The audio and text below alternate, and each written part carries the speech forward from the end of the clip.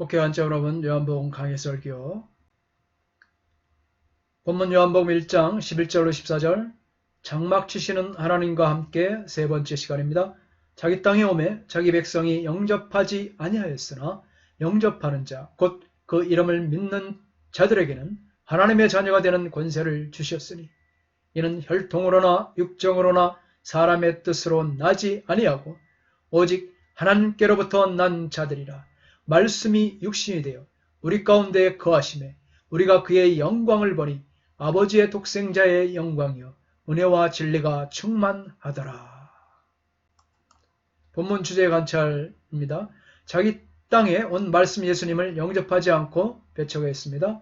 이 말씀이 육신이 되다. 이 가룟론자들에 대한 이런 반박이 있었습니다. 우리 가운데 거하다가 여기서 헬라어 메노가 아닌 스케네오, 장막을 치다로 사용되고 있음을 알 수 있습니다. 말씀이 육신되셨다. 이건 충격적인 선언입니다. 이 가룟론자들, 신이 인간이 되었다. 이건 스캔들이죠. 말씀이 육신이 되었습니다. 예수님께서 죽을 수밖에 없는 운명을 가진 인간이 되셨습니다. 마르고 시들 수밖에 없는 인생을 구원하기 위해 육신이 되신 것입니다. 말씀이 육신되어 우리 가운데 거하신 하나님, 말씀이 살과 피가 되어 이웃 안에 들어가셨습니다. 하나님의 영광의 성전 강림은 예수님께서 이 땅에 오심으로 비로소 이루어졌습니다. 성육신하신 예수님 자신이 구약과 신약을 통한 은혜요 진리입니다. 말씀이신 예수님은 우리 가운데 장막을 치셨습니다. 요한복음의 저자가 독자들에게 가져다 준 가장 큰 충격은 다름 아닌 하나님의 말씀이 육체가 되었다는 사실입니다. 사실상 하나님이 사람이 되었다는 것은 인류 역사상 가장 충격적인 일이 아닐 수 없습니다. 장막치는 하나님과 함께 세 번째 시간입니다. 말씀이 육신이 되어 우리 가운데 임하신 하나님, 우리 가운데 장막을 치신 하나님. 요한 당시의 가룟론자, 이들은 하나님이 추악한 인간이 되므로 신성을 더럽힐 수 없다고 하였습니다. 때문에 예수님은 실제로 인간이 된 것이 아니라 인간인 것처럼 보이고 행동하였다고 주장한 무리들입니다. 하나님은 신성을 가지신 분이고 영이신 위엄의 존재인데 어떻게 신이 하급한 육체를 가지고 땅에 오실 수 없다고 그렇게 그들은 주장했습니다. 사람이 신을 믿는다는 것은 초월자, 절대자를 의지함으로 인간이 줄 수 없는 힘과 마음의 위안을 받고 평안을 누리고자 함입니다. 그런데 전능한 신이 평범한 인간이 되는 것을 용납할 수 없는 것입니다. 왜냐? 태초부터 존재하신 신성을 가지신 분이 육체가 되었다는 것을 받아들일 수 없었고 일반인들의 생각도 마찬가지입니다. 어거스틴은 수많은 철학자들과 그들의 책을 통해서도 일반 서적을 통하여서도 말씀이 육신이 되었다는 말을 읽어본 적이 없다고 하였습니다. 헬라 세계에서 이 일은 있을 수 없는 그러한 일이었습니다. 하나님을 아는 지식의 저자 제임스 패커는 하나님이 인간이 되셨다. 신적 존재이신 성자가 한 유대인이 되셨다라고 말하고 있습니다. 하나님이 인간이 되었다는 것은 엄청난 스캔들인 것입니다. 사건 중에 사건입니다. 아니, 지상 최대, 우주 최대의 사건입니다. 도저히 있을 수 없는 일이 벌어진 것입니다. 사랑하는 여러분, 말씀이 육신이 되었다는 것은 예수님께서 죽을 수밖에 없는 운명을 가진 인간이 되셨음을 가리킵니다. 육신은 전인을 포함하고 있는 그런 전인적인 것을 말합니다. 즉 말씀 하나님이 연약하고 상처 입기 쉬운 인간으로 오신 것입니다. 히브리서 기자가 하나님의 자녀들이 혈과 육에 속하였기에 예수 그리스도도 그와 같다고 하였습니다.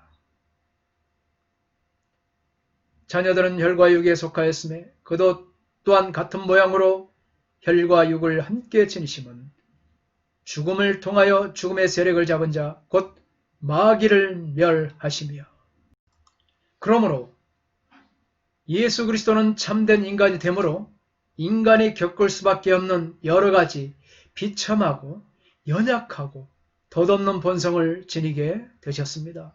모든 육체는 풀이라. 마르고 시들 수밖에 없는 인생을 구원하기 위하여 창조주 예수님께서 육체가 되어 우리처럼 마르고 시든 풀과 같이 되셨습니다. 사랑하는 여러분, 어두운 가운데 있는 육신들을 생명의 빛으로 옮기기 위하여 말씀이 친히 육신이 되셨습니다. 그리고 우리 가운데 거하셨습니다.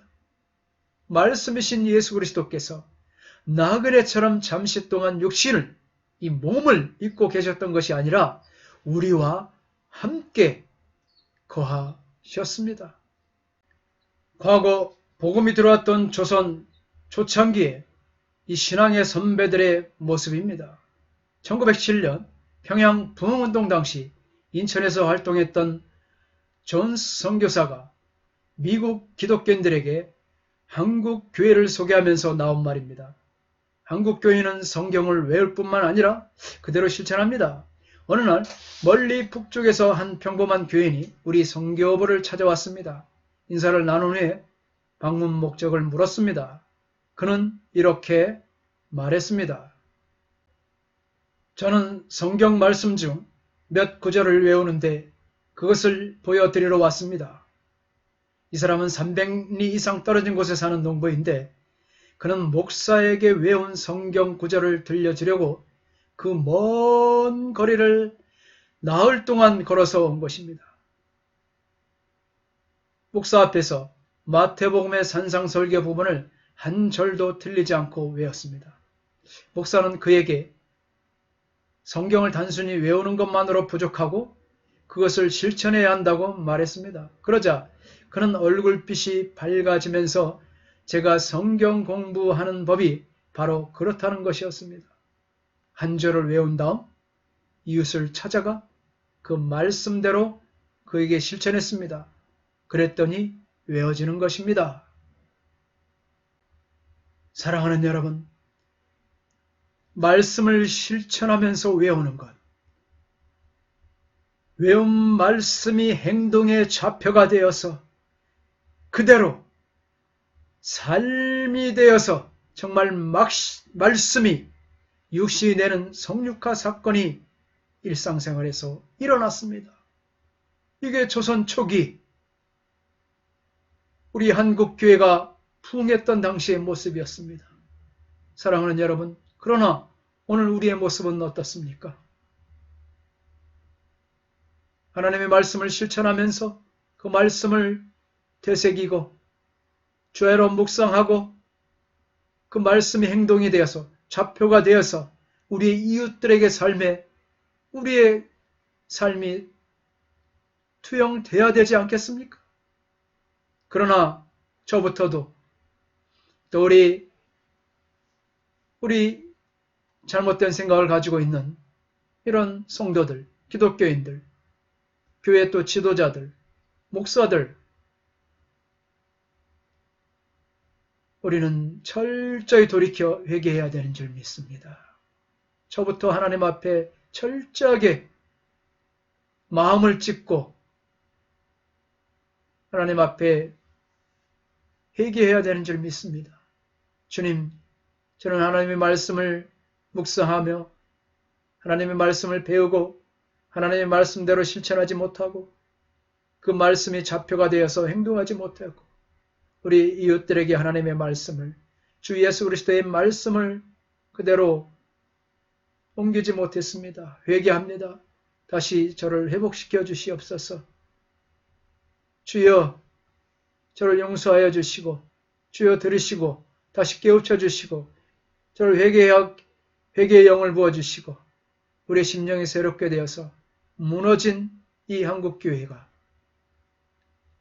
주님의 핏값으로 세워진 이 교회들이 다시 한번 복음이 열릴 수 있도록 문을 열어주시고, 우리의 잘못들을 용서해 주시고, 회파된 성전이 다시 회복되어야 되는 줄 믿습니다. 그리하여서 말씀이 우리 가운데 들어와 살아서 말씀 그대로 산 우리 신앙의 이 선조들, 조상처럼 우리 그런 사람들이 다 되기를 예수님의 이름으로 축원합니다. 축원합니다. 말씀이 육신이 되어 우리 가운데 거하였습니다. 여기서 거했다라는 말은 장막을 치다라는 말입니다. 장막에 산다는 뜻입니다. 말씀, 로고스의 하나님이 우리 가운데 장막을 치셨습니다. 이스라엘이 광야 생활을 할 때 친히 하나님께서도 그 장막에 함께 유하셨습니다. 이 장막, 회막은 하나님이 자기 백성들과 함께 거하는 곳이었습니다. 하나님의 영광, 이 쉐키나의 영광이 드러나는 곳이었습니다.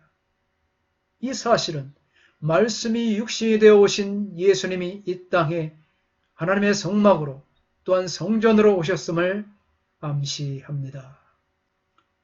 이것은 영광이란 단어가 말해주고 있습니다. 여기서 이 독생자라는 말은 김세윤 신학자는 독종자로 그렇게 표현했습니다. 그래서 이 나타라는 뜻이 아니라 종이죠. 즉 종류로서는 하나밖에 없는 아들을 뜻한다고 그렇게 했어요.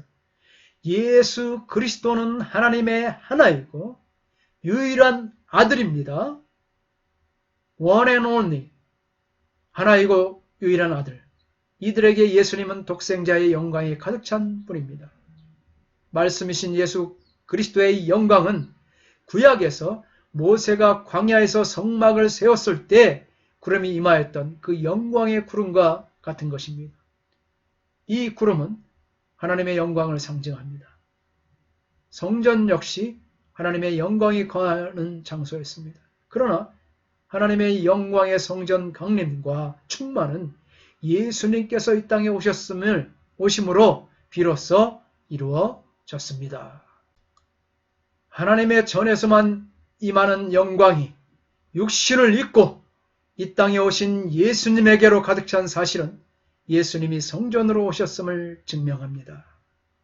성전된 예수님에게 하나님의 영광이 가득 차 있기 때문에 구약 이스라엘 백성들이 성전과 성막에서 누렸던 용서와 은혜, 진리를 예수님에게 맛볼 수가 있습니다.